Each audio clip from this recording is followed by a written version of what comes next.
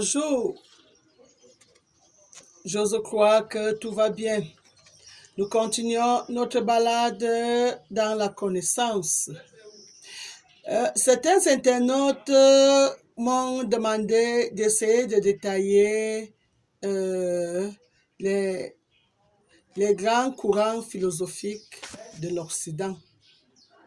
Parce que beaucoup entendent parler de philosophie, mais ils se demandent qu'est-ce que nos frères entendent par philosophie et qu'est-ce que ils ont tiré comme profit de toutes ces philosophies.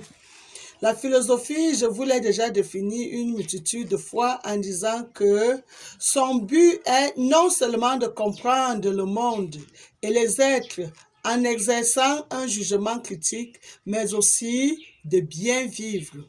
Et hier, j'ai essayé de vous énumérer quelques courants philosophiques.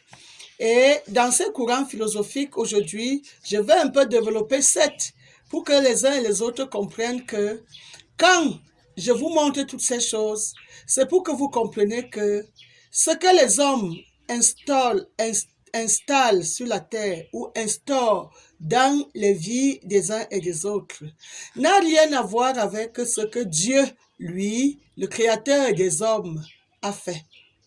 L'homme peut bel et bien avoir des pensées, peut bel et bien développer dans ce qu'il voit, peut bien développer beaucoup de méthodes pour s'en sortir dans la vie, ne veut pas dire qu'ils vont se faire un Dieu. Dieu est l'être premier qui était au commencement de toutes choses et qui a fait toutes choses selon sa volonté. Et c'est lui seul qui donc est Dieu. Alors, toutes les philosophies humaines qui sont mises sur pied, qui donnent lieu à des religions ou à des sectes ou à tout ce que vous voulez entendre, n'ont rien à voir avec Dieu. Je veux bien que vous sachiez détacher la notion du Dieu créateur de cet univers. Lui, l'auteur de l'humanité, l'auteur de la végétation, l'auteur de tous les astres, l'auteur du temps, l'auteur de tout, à tous ces courants philosophiques. Comme par exemple, donc, le stoïcisme repose sur l'affirmation d'un cosmos unique, parfaitement ordonné. La sagesse consiste alors à vivre selon la nature. Ça, c'est le stoïcisme. L'épicurisme considère que notre vie est limitée au composé d'atomes que nous sommes. Vivre au présent s'impose donc comme l'exigence majeure. Le scepticisme, pour lui, met en cause la possibilité même d'accorder à la vérité et formule une morale de la quiétude. Le néoplatonisme s'inquiète sur le fondement ultime de la réalité. Il articule une pensée de l'intériorité et de la transcendance. Le thomisme, venant de Thomas, le thomisme entreprend de concilier foi et raison. Le cartésianisme définit une méthode de déduction ayant l'évidence pour critère et permettant de reconstruire tout l'édifice du savoir. L'empirisme limite la connaissance à l'expérience présente. Donc aujourd'hui, j'ai présenté 7 courants philosophiques.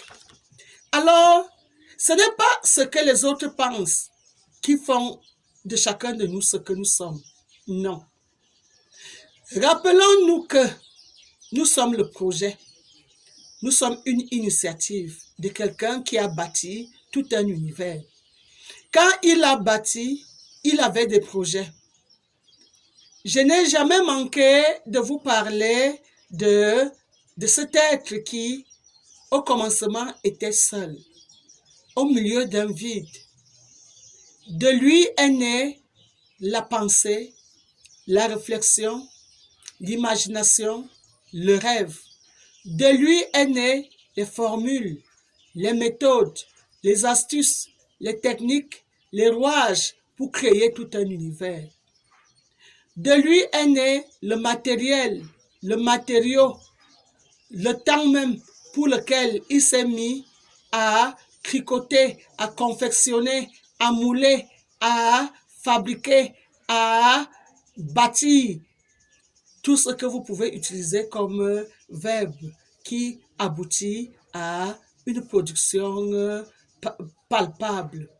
Lui qui s'est mis à alimenter tout ce qu'il a créé par lui-même qui est énergie et qui définit la durée de ses œuvres, qui, dans une programmation très agréable, peut faire que quelque chose qui, de tout petit, évolue, grandit, croît, atteint une certaine maturité et commence maintenant même par des moyens de dégradation pour entrer encore dans un cycle particulier. Cet être qui a fait toutes ces merveilles, cet être qui a posé autant d'actes positifs, dont nous sommes aujourd'hui, nous les humains par exemple, nous sommes les heureux bénéficiaires de ce bon travail, parce que nous vivons dans l'environnement que lui il a créé et qu'il régule au quotidien. Nous bénéficions de la subsistance qui sort de ses œuvres, en poisson, en légumes, en fruits, en viande, de toutes les façons, en protéines animales ou en protéines végétales. Donc, son apport énergétique a beaucoup de niveaux. Et quand son apport a beaucoup de niveaux comme ça, nous comprenons que qui dit énergie dit force. Et qui dit force dit ce qui nous permet de nous mouvoir. Et qui dit ce qui nous permet de nous mouvoir dit que nous devons rendre utile cette énergie qui est notre vie. Et la vie donc, cette préciosité sans laquelle nous ne sommes rien. Lorsque quelqu'un se révèle et nous dit que c'est lui qui est la vie et que c'est lui qui nous apporte cette vie-là et que c'est lui qui au quotidien est avec nous, qui ne s'est jamais absenté et qu'il est éternel, alors quand quelqu'un nous définit des choses pareilles, il réveille en nous une conscience, cette conscience qui doit nous amener à regarder les choses avec beaucoup plus d'objectivité et non à regarder les philosophies qui nous ont été dégagées des autres, nos semblables, selon leur façon d'avoir regardé le monde et de l'avoir analysé et d'avoir trouvé comment vivre avec ce monde. Quand Dieu nous donne donc l'opportunité de regarder à lui et se dire, que chacun se dise chaque jour, oh Dieu, toi qui m'as fait, me voilà dans ton monde, quel est mon apport? Quel est le travail? Est-ce que nous devons juste être là à chercher une subsistance quelconque? Quel est notre apport? Est-ce que nous sommes là pour vivre, pour manger, ou alors manger pour vivre? Toutes ces choses-là, les sens que nous donnons à nos vies, peuvent donc amener les uns à être très, très, très heureux dans ce monde et les autres à être très malheureux. Pourquoi? Parce qu'ils ne donnent pas un sens, un fondement réel à leur présence dans cet univers. Or, il faut bien que on puisse se poser des questions. Est-ce qu'il a bâti tout un être, produit une âme, matérialisé un corps, mettre à notre disposition autant de bien-être pour que on puisse avoir une paix, une personnalité, pour que on vienne passer du temps à rigoler dans ce monde? Je dis non. Rapprochons-nous le jour du projet de Dieu pour nous. Et pour se rapprocher du projet de Dieu pour nous, reconnaissons d'abord que ce Dieu est la pure vérité que personne ne peut contester. Et que lui, cette pure vérité, apprenons à nous remettre à lui pour que beaucoup de choses qui sont cachées nous soient révélées, que beaucoup de choses qui nous ont échappé nous soient encore rapprochés afin que chacun puisse donner le meilleur de lui-même. Ici en Afrique, nous nous sommes contentés de ces philosophies des hommes, des autres. Et chacun, on se retrouve en train de se déchirer, en train de se calomnier, en train de se rejeter. D'autres vont même en train de s'auto-détruire, comme si c'est les pensées des autres qui sont censées guider nos vies. Non.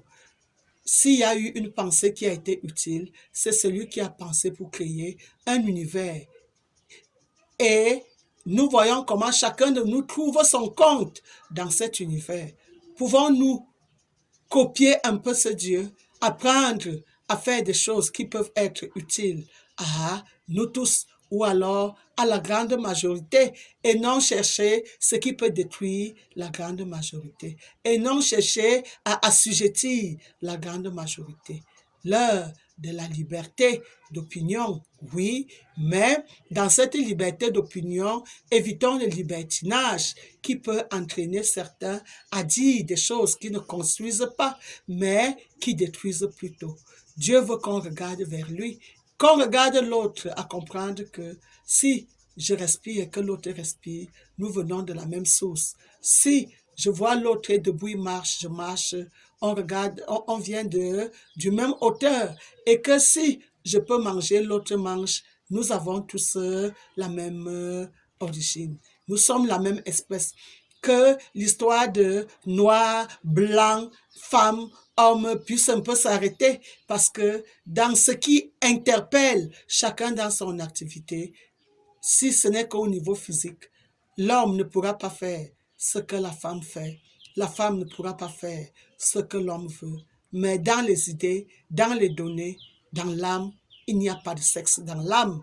Alors si une âme est remplie de lumière, elle éclaire tout le monde de la même façon, que ce soit mâle, que ce soit un mâle ou une femelle. Ne regardons plus ça.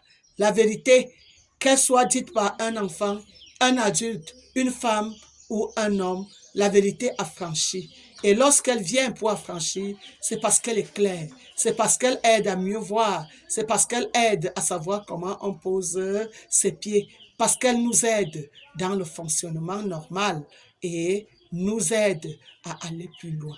Oui, cherchons la vérité. Elle est là, d'ailleurs. D'autres ont dit, vous connaîtrez la vérité et la vérité va vous affranchir. Mais alors, moi, je l'ai déjà connue, elle m'a affranchi et je ne peux garder cette expérience seule. J'aimerais bien que vous autres qui m'écoutez, retirez aussi quelque chose de toutes ces vérités que Maman Sagesse, le Dieu unique, m'apporte. Oui, Maman Bouquet, je vous reviens bientôt.